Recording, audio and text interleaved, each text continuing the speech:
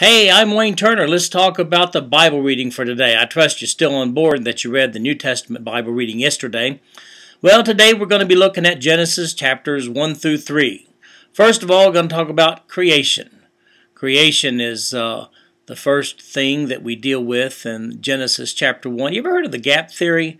Well, read about that. It's something interesting that you may have never heard of before. Then we're going to look at the 6 days of creation. Now, something that you may not realize is that Adam and Eve were both created on the 6th day of creation. I'll bet you thought there was a lapse of time between the creation of Adam and the creation of Eve. You know, what about that rib thing? You know, the rib thing where I've heard it ever since I was a kid, that men had one less rib than women.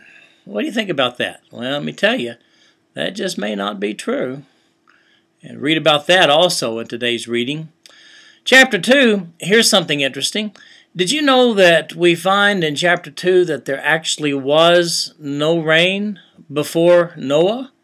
That's why it was such a big surprise. Of course, we're not there yet, but it was such a big surprise to the people on earth when it rained because it had never rained before. Then we get to chapter 3 and enter Satan. Comes as a serpent. We find that Eve succumbed to temptation, but Adam, well, he just plain old disobeyed. And that's a point that Paul makes in Scripture as well. And just look at the laundry list of curses there in the Garden of Eden as a result of that sin. About 7 of them, as a matter of fact, and you read about that and it'll make your head spin. Is there a messianic prophecy there in Genesis chapter 3?